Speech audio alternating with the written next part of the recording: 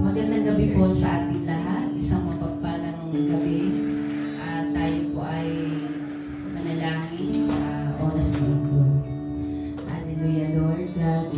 Maraming salamat, Panginoon, na kami, Lord, ay tinapo mo dito, Lord, sa araw na ito, Lord. Salamat sa iyong biyaya, Lord God, na naranasan namin nakaraang mga araw, Lord God, sa aming buhay, na nakaranas kami, Lord, ng mga kasiyahan at kasapatan bawat araw sa aming pangangailangan, Lord God. At salamat din, Lord, na patuloy mo kami na iniingatan sa aming buhay, sa araw-araw namin na ginagawa, Lord God, na riyan kayo, Panginoon. Kaya marapat lamang, Lord, na kayo aming pasalamatan sa oras na ito, luwalhati ng inyong pangalan, dakilain, Lord God.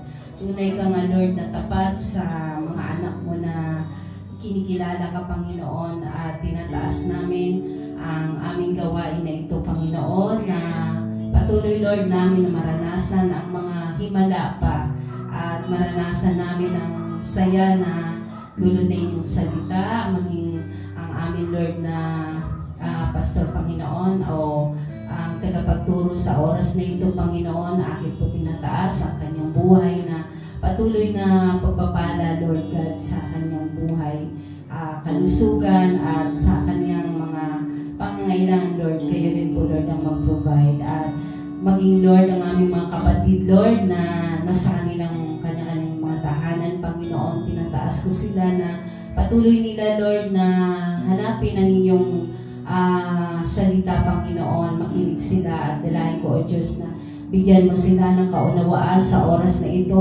na bigyan nila, Lord, ng panahon na oras ang gawain ito, Lord God. Nang sa ganun makatulong, Panginoon, sa bawat araw na kanila ginagawa, na huwag sila mawala ng pag-asa at magtiwala lamang sa iyo, Panginoon.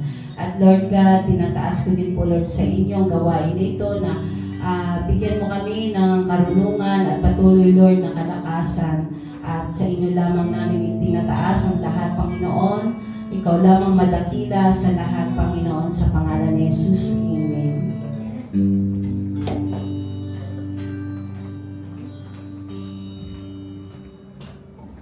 Sa mapagpalang gabi po sa ating lahat. Sige po, tayo na pong umawit at magpuri sa ating dakilang Diyos. Hallelujah.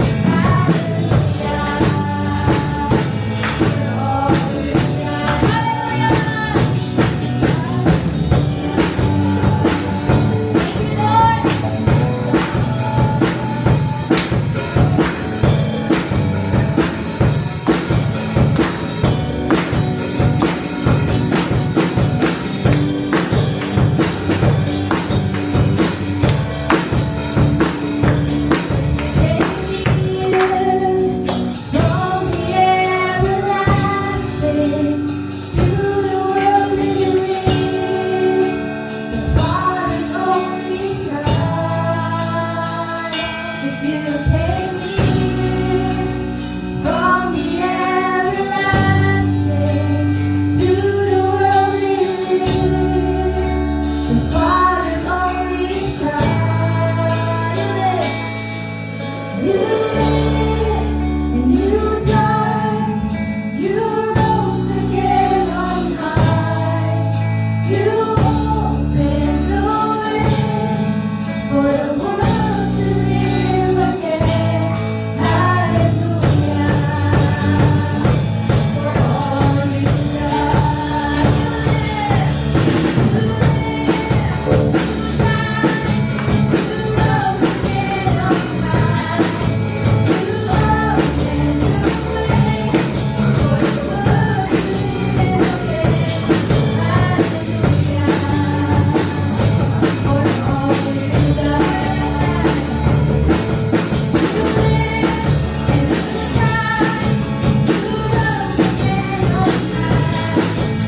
You opened the way for the world to live again.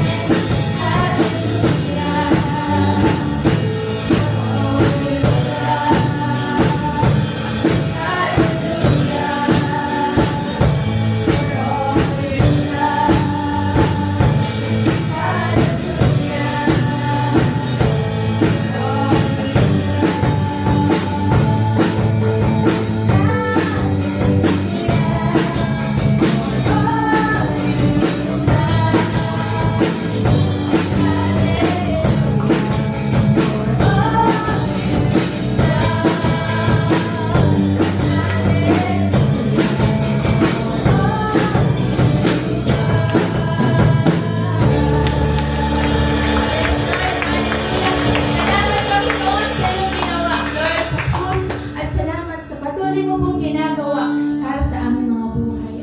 Maraming salamat po, Panginoon. Patuloy ka nga pong papurihan, patuloy kang sambahin sa oras na ito, Lord God.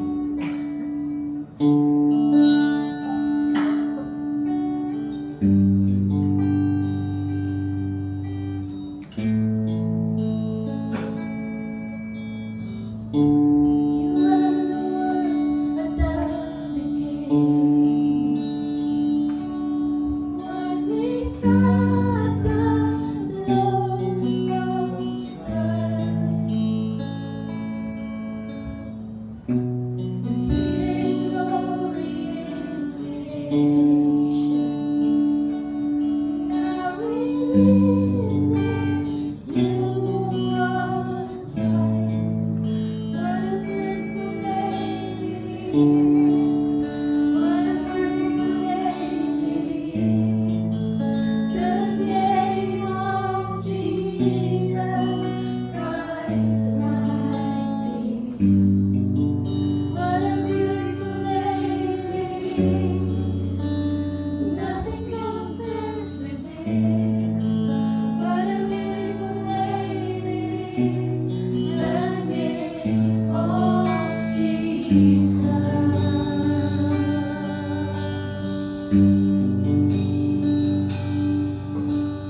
Today was heaven without you. So Jesus, you go heaven down. When sin was great, your love was greater. What could separate us now? What a wonderful name it is. What a wonderful name it is. The name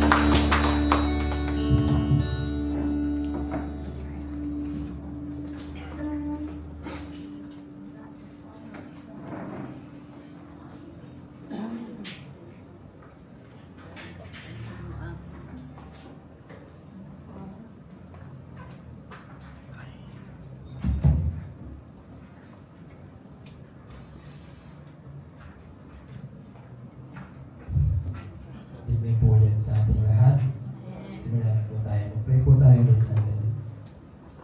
Aming Ama sa langit, aming dakilang Diyos, Lord, nagpapasalamat po kami sa gabi ito, Ama, sa buhay ng bawat isa na niloob niyong narito. Salamat, Panginoon, sa inyong pagsama at salamat, Lord, sa inihandaan niyong salita, inihandaan niyong aral para sa bawat isa po sa amin. Naniniwala kami, Lord God, na ito ay galing sa inyo, hindi sa akin. Ako'y lingkod niyo lang, Panginoon. Gamitin niyo po ako upang ihayag ang mensahe pong ito, maging kalakasan ng bawat isa, Panginoon, at higit sa lahat, maging karangalan po ninyo para sa amin.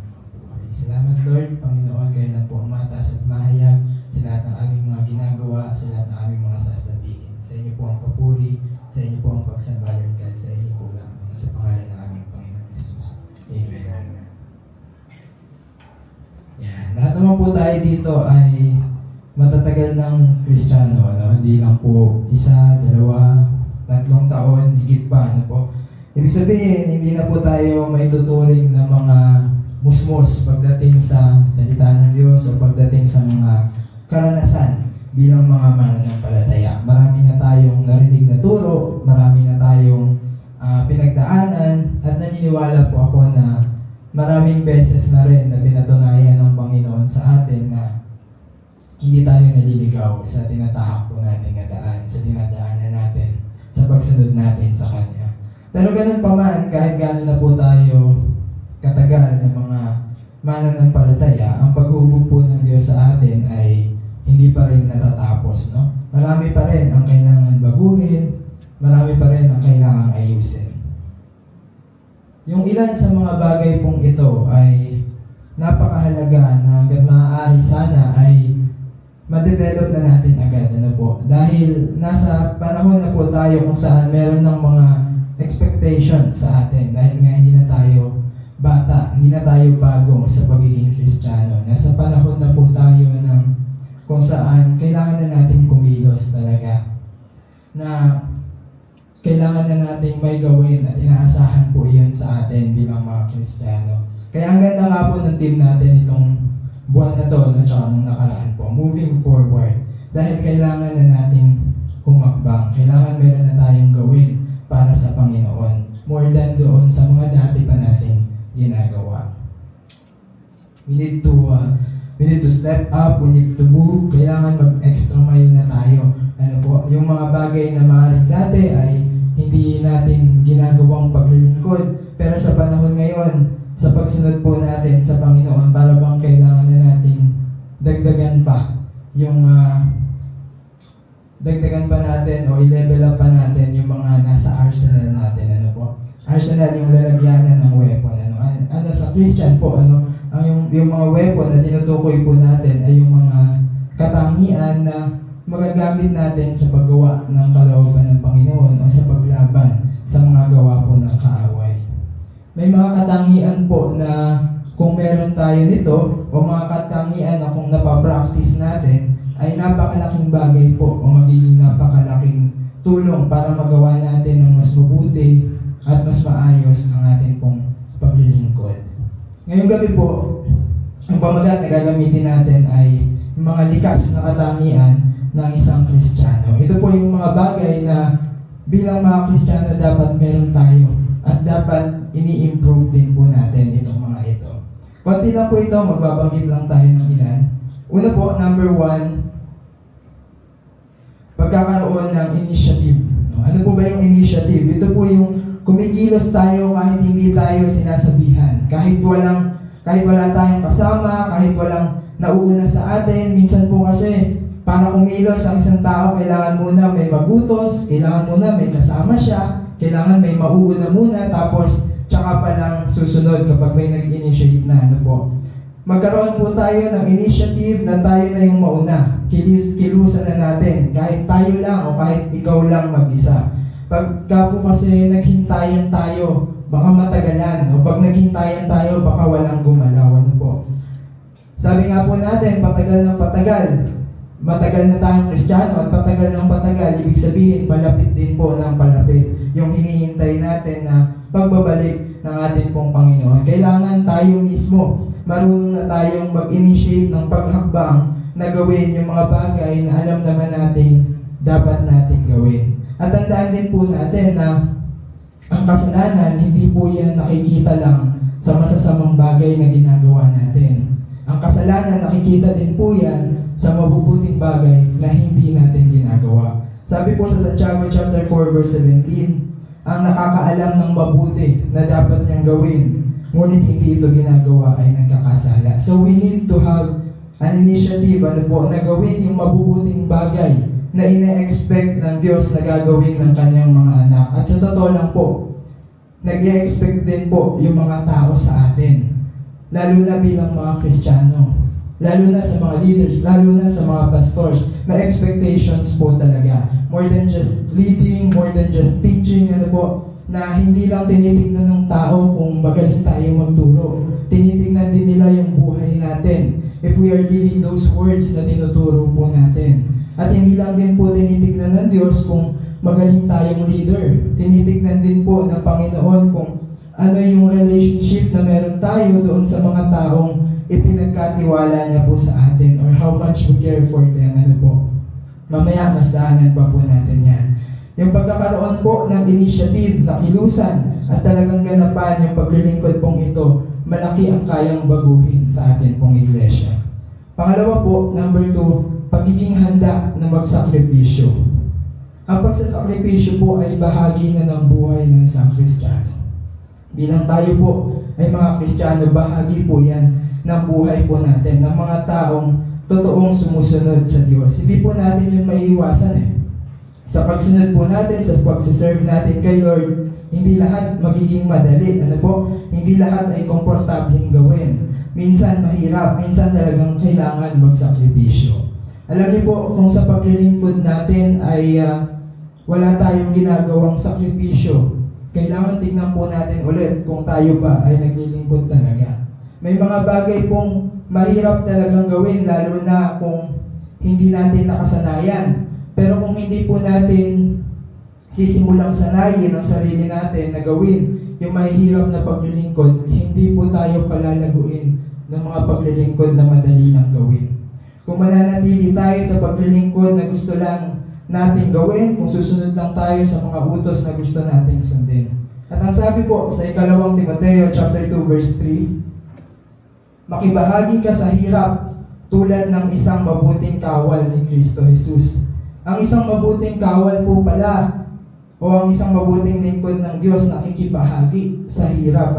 May sakripisyong ginagawa, alang-alang sa pagsunod sa kalooban po ng Panginoon.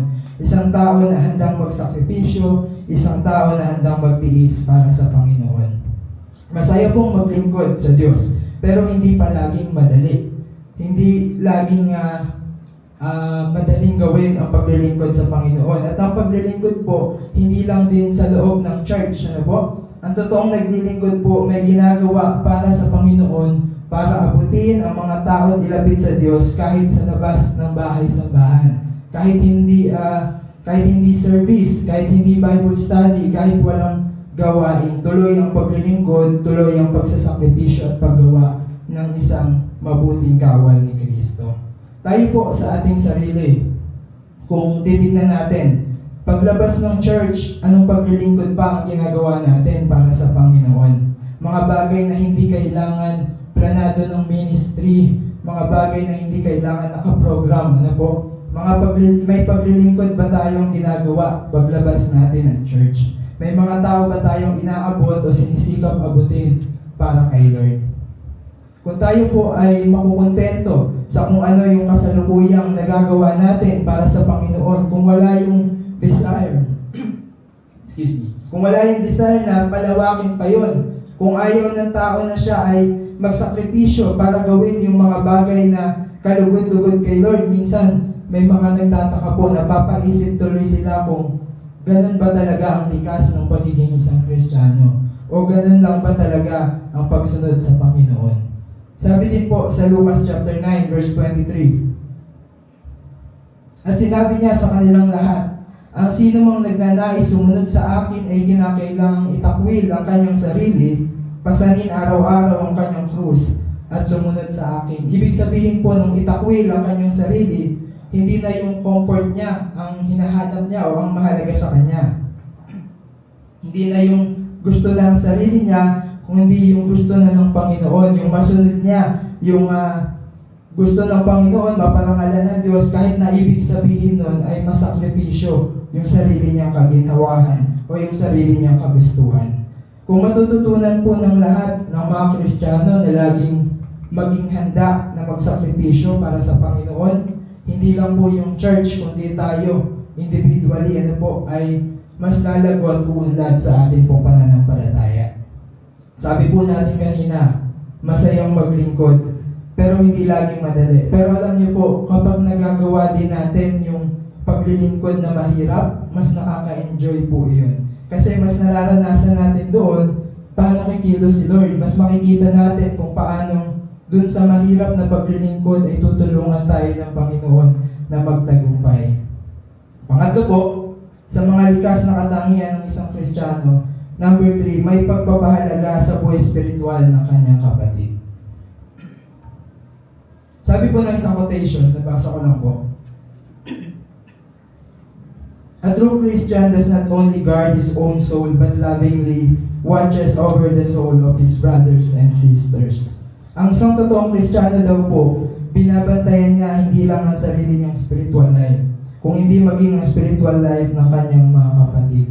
Meron po ba tayong pakialam kung mapansin natin, halimbawa, yung kapatid natin ay nawawala sa paglilingkod, nanlalamig, nanghihina ang pananampalataya, humihiwalay o bumubukod sa nakararami, hindi siya nakikipag-fellowship sa iba, dapat napapansin po natin ito. Bilang mga magkakapatid, isa sa mga bagay na dapat nating sikapin ay laging makasama ang lahat hanggang maaari. Walang malayo, walang maligaw, walang makaramdam ng feeling na hindi sila bilong.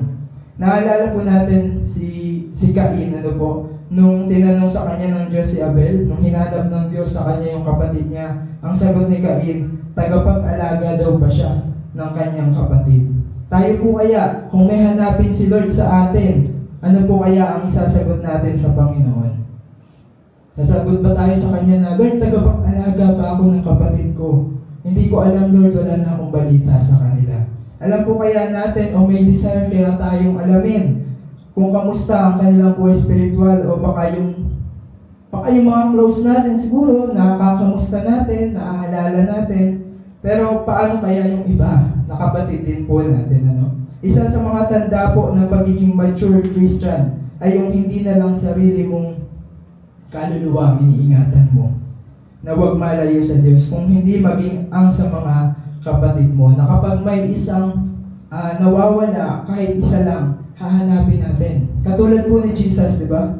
Iiwan niya yung 99 para hanapin yung isa sa 100 tupa niya. Mahalaga kasi yun para sa Panginoon. Mahalaga yung marami, opo, pero si Lord po kasi pinahahalagahan niya kahit yung isa at kahit yung pinakamaliit sa kanila. At inaasahan din po iyon ng Diyos sa atin, yung pakialam natin sa salvation po ng iba.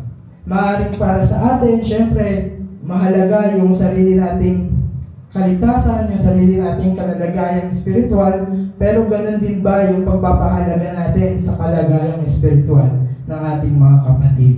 Kapag tayo po, o kapag ang isang Kristiyano ay hindi concerned sa kalalagayang spiritual ng kanyang kapatid, may mali po doon. Dahil ang pagiging Kristiyano po, alam naman natin, isang katawan po yan, Hindi tayo solo sa isang katawan tapos tayo din yung lahat ng bahagi. Hindi po ganoon. Kaya dapat lang po napahalagahan din natin yung ibang bahagi ng katawan o ang ating mga kapatid. Tamang mahalaga para sa iyo yung buhay spiritual mo. Pero kung para sa sarili mo lang, pero wala kang pakialam sa iba, para sa akin po masasabi kong sign of immaturity pa rin po yan. Kung ang concern lang natin ay sarili nating buhay. Naalala ko din po yung kasalukuyang topic ng BS Bible Study po sa Pulong Plaza. Ang topic po namin doon last Saturday ay about sa pagtatangi. So, huwag din tayong nagtatangi. Huwag tayong mamimili lang ng kapatid na pahahalagahan natin. Hanggat maaari po ay tignan natin lahat. Noong tayo po ay maging Kristiyano, tinanggap nating Panginoon si Jesus, tinanggap din nating kapatid ang mga taong si Jesus din ang Panginoon. Kaya natural lang po na maging bahagi at likas ng bago nating pagkatao, yung pagkakaroon ng concern o pagpapahalaga sa buhay din po nila. Pang-apat na po, iba lang naman ito. Mga bagay na likas sa isang Kristiyano. Number 4, makaramdam ng lungkot kapag nakagagawa ng kasalanan. Lahat daw po ng tao nagkakasala. Tama po ba? Pero hindi lahat nalulungkot kapag nagkakasala. Yun po yung pinagkaiba ng isang tunay na Kristiyano sa hindi. Parehong nakagagawa pa rin ng kasalanan, pero hindi pareho pagdating sa kung paano nila tinitingnan yun. Hindi pareho pagdating sa kung ano yung nararamdaman nila dito. Check po muna natin yung sarili din natin sandali, Tayo na lang po ang sumagot sa sarili natin kung ano yung huling kasalanang nagawa po natin. Kapag naisip niyo na po, pangalawang tanong, ikinalungkot niyo ba yan? Maaaring hindi tayo nakapaglaan ng oras para magbasa o para manalangin. May nanghingi ng tulong, di natin nabigyan, maaaring nahusgahan pa natin, o baka may nasabi tayong hindi tama na nakasakit ng iba. May mga bagay tayong inuna bago ang Panginoon, hindi natin naibalik yung papuri sa Diyos. Pwedeng inisip natin tayo nakahihigit sa iba, nakapanlamang tayo ng kapwa, o nakapagsinungaling, o kahit anong kasalanan po. Maliit man o malaki, kahit wala doon sa mga nabanggit po natin. Kapag nagagawa natin yung mga bagay po na yun, ikinalulungkot po ba natin?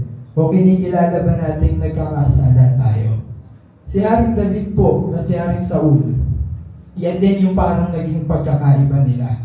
Pareho silang nakagawa ng bagay na hindi kalooban ng Diyos. Pero si Saul, nalungkot siya dahil tatanggap siya ng parusa.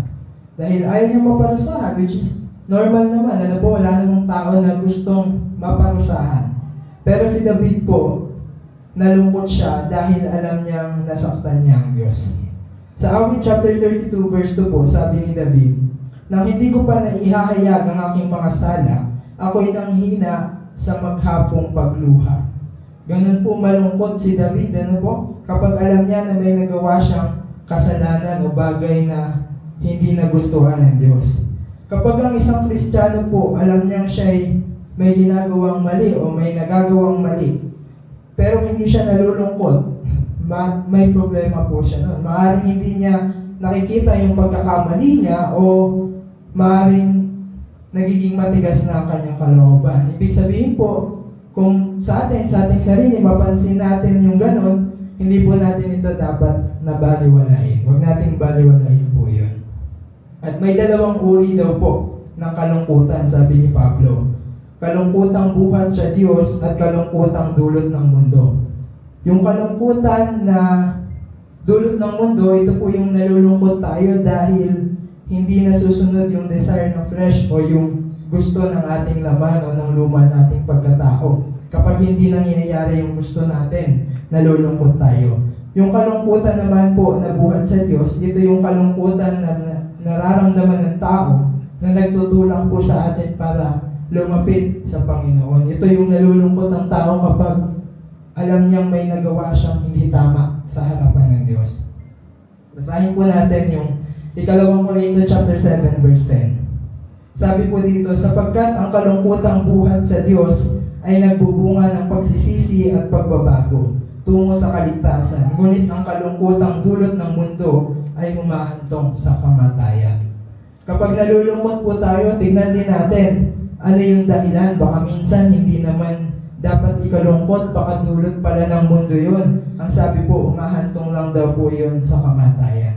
Pero kung nalulungkot tayo at nagiging dahilan yon para mahubog pa tayo, mabagot, mas lumapit sa Panginoon, normal po yung kalungkutan na yon at likas dito sa isang Kristiyano.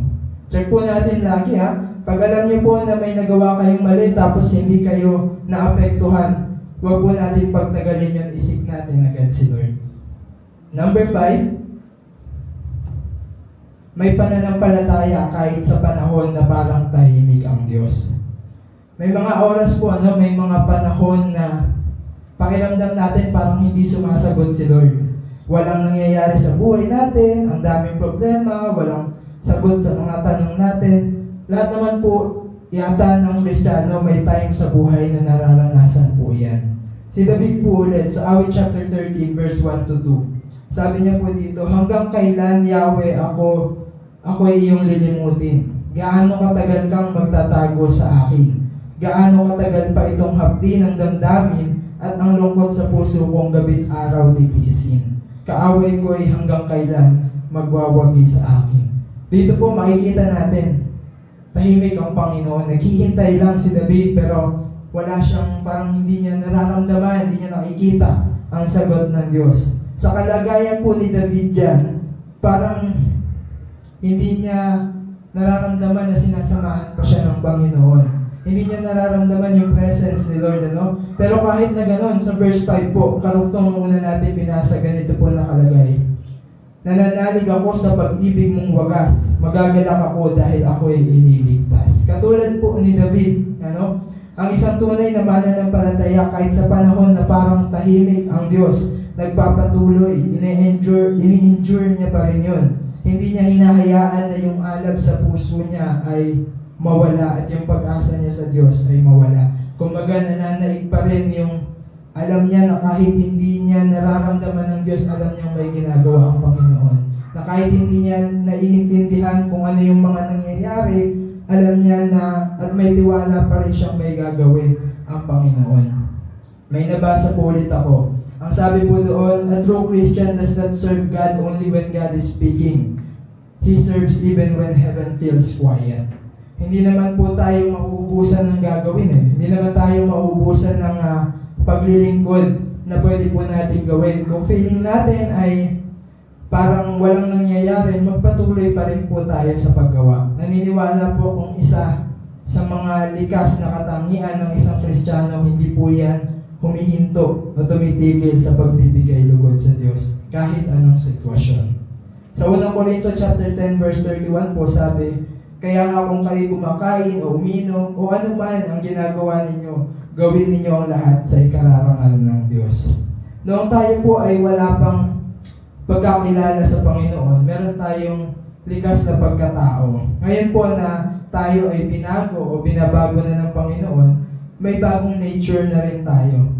At dapat po, yung bagong nature natin na yun ay nahuhubog pa rin sa atin araw-araw. Nasa atin na po yun. Ang kailangan natin gawin dito ay i-develop, paunlarin, i-practice natin lagi hanggang sa yung bagong pagkatao natin o yung likas na katangian ng isang Kristiyano ay maging visible na po sa atin.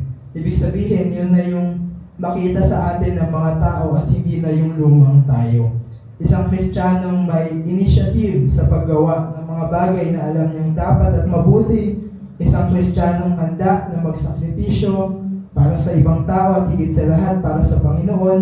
Isang Kristiyanong nagpapahalaga sa buhay espiritual ng kanyang mga kapatid. Isang Kristiyanong ikinalulungkot ang mga gawang mali.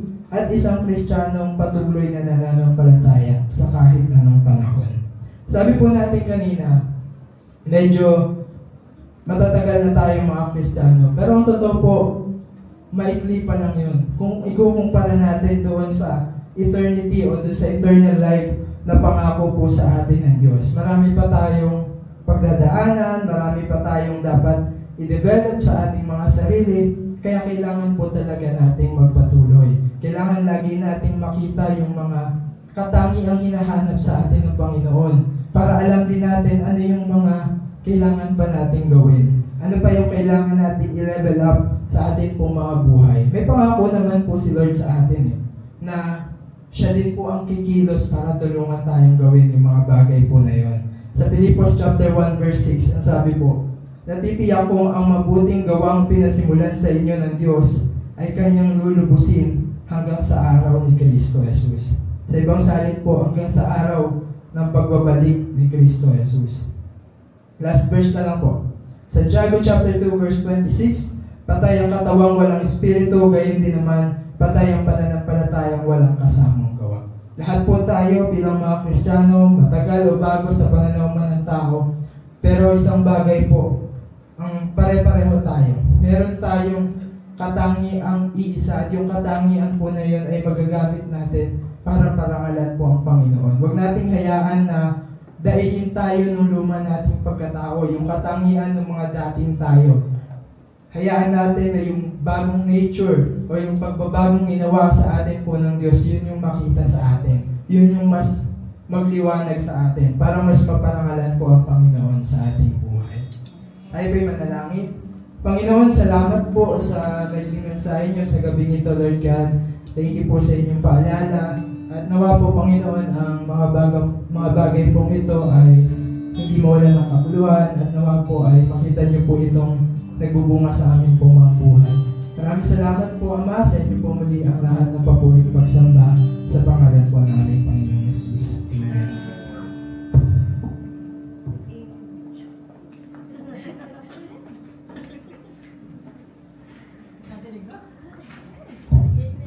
Praise God. Ang ganda po naman ng mensahe. Parang natuloy lang po yung message natin nung Sunday. Siguro po sabi ni Lord, kulang pa ang paalala sa inyong mga anak. Kailangan palalahanan pa ulit tayo sa mga gantong bagay na dapat ito po yung mga katangian na hindi na actually pinapaalala sa atin. Or sabi nga, likas na po sa atin na nakikita. Hindi lang ng mga kasama natin sa templo, kundi maging ng mga tao po sa labas po ng bulwagang ito, sa labas po ng church. Dapat nakikita po ito sa ating buhay. Sabi nga po kanina, take initiative. Yun, nagtitake na tayo ng initiative na kapag may nakikita tayong mga gawain sa church, nagiging concern na din tayo para sa ating pong temple, para sa gawain po sa ating templo. Nagiging concern na tayo, gusto natin maging kabahagi sa paglilingkod po sa ating pong church. Sunod nga po yung pagiging sacrificial. Handa tayo sacrificial yung ibang mga bagay. Bawa, meron tayong mga bagay na gustong gawin tuwing weekends.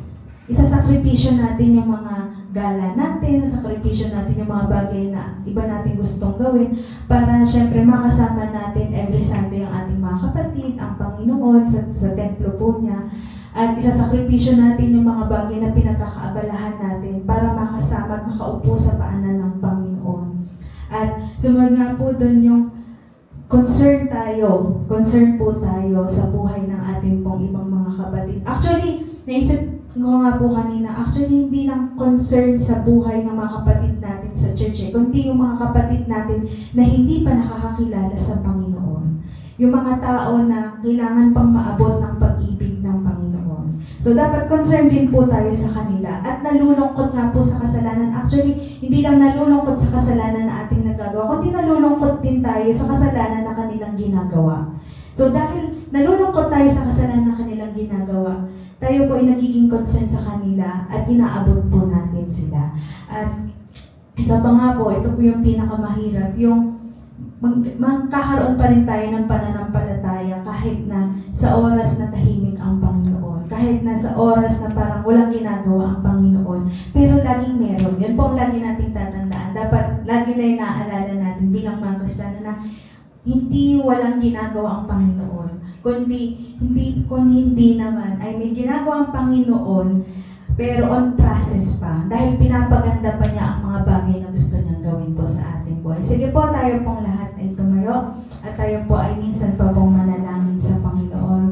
Oh, hallelujah, hallelujah, Lord God. Kami pong Panginoon ay nagpapasalamat ngayong gabi na ito. Salamat sa mensahe mo na nagpapaalala po sa amin bilang mga Kristiyano na matatagal na, Panginoon, that it's time for us to really mature in our faith, Panginoon. Oras na, Panginoon, para tungtungan namin, Panginoon, ang pagiging Kristiyano namin na tunay, Panginoon. Oras na, Panginoon, para iwanan na namin, Panginoon, yung mga bagay sa aming nakaraan, Panginoon, yung mga bagay at luma namin pagkatao, Panginoon.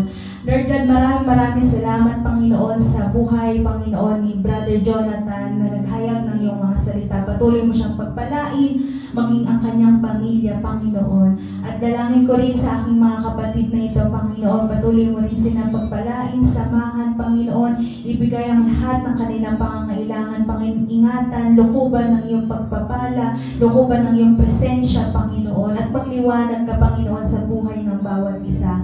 Salamat o Panginoon at ingatan mo, Lord God, ang bawat isa sa aming pag-uwi, Panginoon. Ikaw ang makasama namin sa bawat araw ng aming buhay. Muli, Panginoon, sa iyo namin inaalay ang pinakamataas na papuri, pagdakil at pasasalamat sa pangalan ni Jesus. Amen.